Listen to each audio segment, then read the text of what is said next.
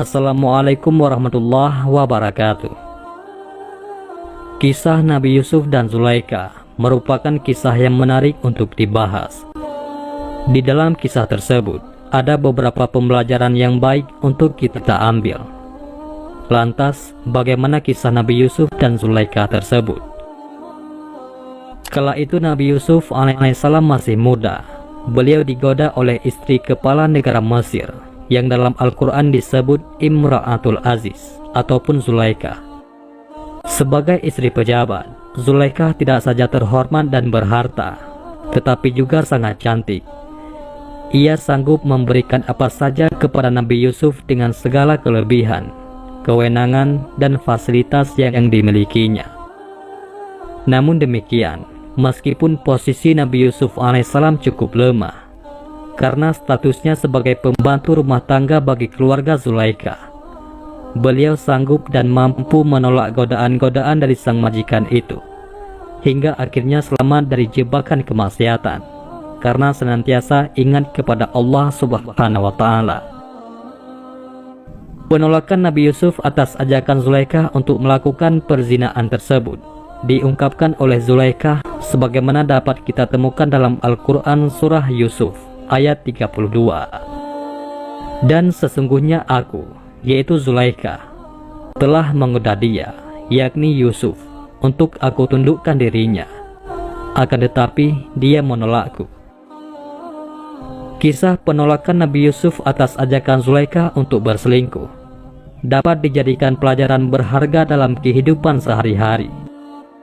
Dalam masyarakat kita sekarang, di mana nilai-nilai moral dan ketaatan kepada Allah Subhanahu wa Ta'ala terus mengalami penurunan, perselingkuhan semakin sering terjadi di mana-mana seiring dengan meningkatnya kemajuan dalam segala bidang.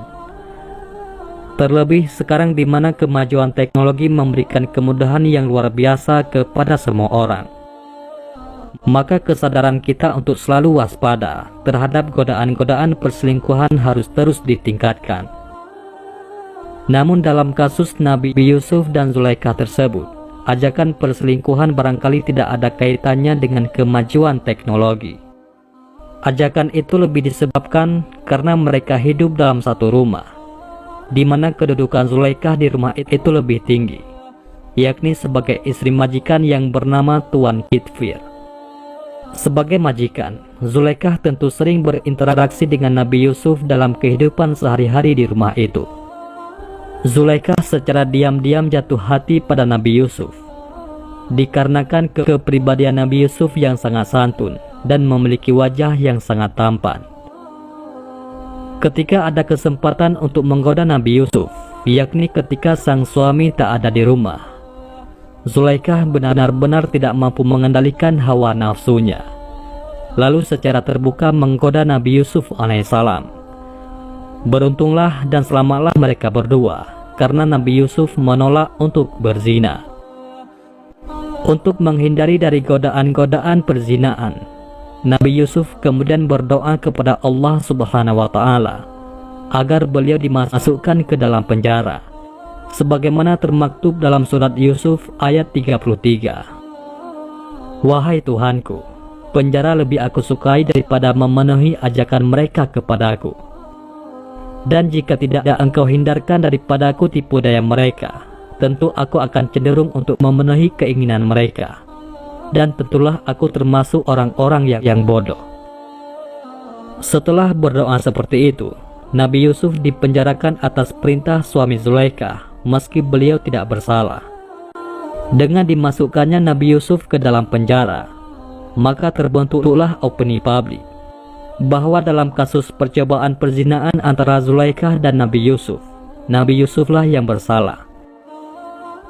Beliau tidak keberatan dengan opini publik seperti itu, meski beliau jelas-jelas tidak bersalah. Bagi Nabi Yusuf, menghindari perzinaan itu lebih penting daripada sekedar mempertahankan nama baik beliau. Kesediaan beliau untuk dipenjara juga beliau maksudkan untuk menjaga nama baik dan kehormatan keluarga majikannya. Beliau meyakini bagaimanapun Allah lebih tahu tentang hal yang sebenarnya terjadi. Banyak hal yang bisa kita ambil pelajaran dari kasus Nabi Yusuf dan Zulaikha ini. Pertama, setan akan selalu menggoda kepada laki-laki maupun perempuan untuk melakukan perzinahan. Kedua, pihak yang mengawali dalam menggoda lawan jenis untuk melakukan perzinahan tidak selalu laki-laki. Akan tetapi, bisa jadi yang mengawali menggoda adalah pihak perempuan, seperti halnya Zulaikha.